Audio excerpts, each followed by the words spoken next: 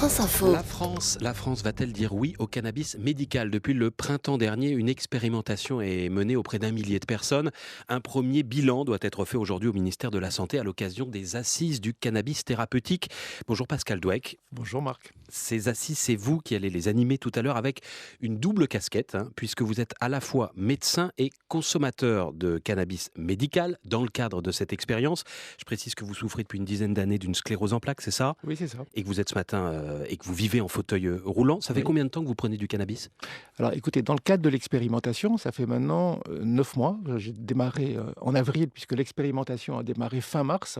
Donc depuis le mois d'avril, je prends de manière régulière et je suis dans cette expérimentation, c'est-à-dire avec des consultations tous les mois et des délivrances par des pharmaciens de cannabis médical. Donc Tout ça se fait sous strict contrôle médical. Il y a des doses à respecter, des moments de la journée où le prendre? Absolument. Donc il y a effectivement un contrôle médical qui est strict et il y a surtout la mise en place d'un registre, c'est-à-dire que l'ensemble des informations qui concernent les prescriptions qui sont faites sont enregistrées dans un registre sur l'efficacité, les effets secondaires, la façon dont le cannabis a pu être délivré. Donc l'ensemble de ces informations sont enregistrées et ça prend du temps pour l'ensemble des professionnels de santé qui s'en occupent. Ouais, vous le prenez sous quelle forme? Ça ne se Alors, fume pas dans ce cas-là. Alors, ça ne se fume pas. Il y a deux formes qui ont été mises à disposition des patients dans le cadre de l'expérimentation.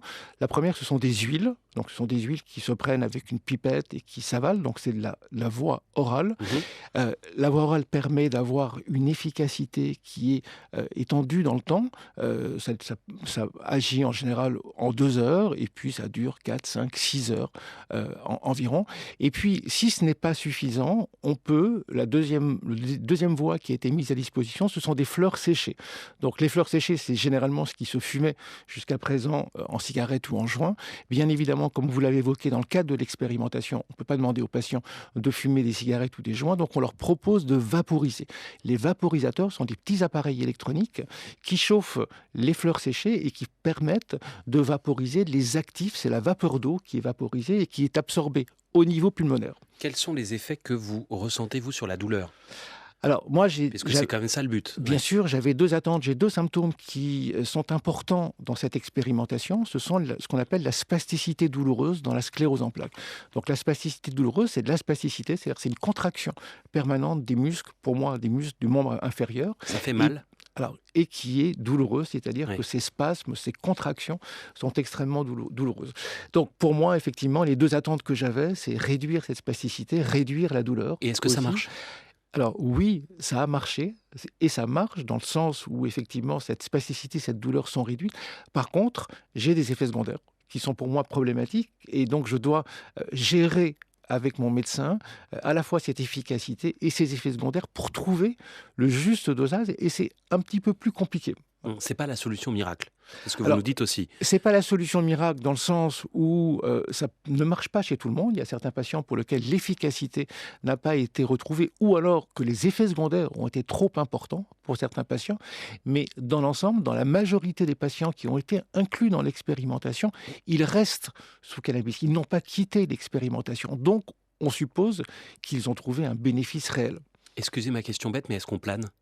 Alors oui, et c'est Oui. l'effet secondaire Ah. que nous ne recherchons pas. Ça veut dire qu'il faut éviter de le prendre à certains moments de la journée, avant de conduire par exemple? Alors, de toute façon, ça fait partie des contre-indications et plus que des précautions d'emploi, c'est une véritable contre-indication. C'est la conduite qui n'est absolument pas compatible avec la prise de cannabis médical. D'où la raison pour certains patients de sortir de l'expérimentation parce que pour eux, c'était une contrainte trop difficile à accepter. Ça explique qu'on ait aujourd'hui que 1000 personnes qui mènent cette expérience, alors que l'objectif c'était 3000.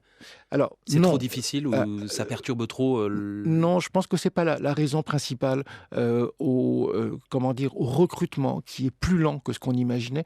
La principale raison, je crois que ce sont les professionnels de santé. Ils doivent subir une formation qui représente 3h30, 4 heures, ce qui est normal parce qu'ils ne connaissent pas le cannabis médical. Un médecin, il faut juste avoir en tête, il a été formé à la fac, j'en fais partie, très peu sur le cannabis et dans tous les cas, on lui a parlé du cannabis comme une drogue, un stupéfiant, un toxique. Oui. Donc là, il faut vraiment changer l'état d'esprit de ces médecins pour leur faire comprendre que le cannabis peut soulager des malades. Voilà. Est-ce qu'il y a aujourd'hui un risque d'abus et de contournement? Est-ce que les fumeurs de joints classiques risquent pas, si on autorise le cannabis thérapeutique, d'aller voir leur médecin pour demander une ordonnance?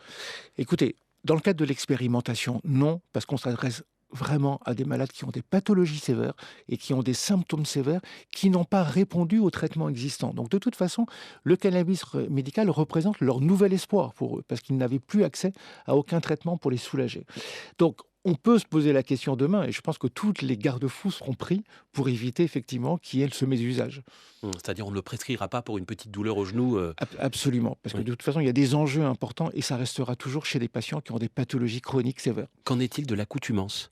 Alors, l'accoutumance, ça fait partie aussi des effets secondaires de ce produit. Il faut juste savoir que le cannabis, parmi toutes les drogues existantes, et notamment le tabac et l'alcool, est une des substances les moins addictives.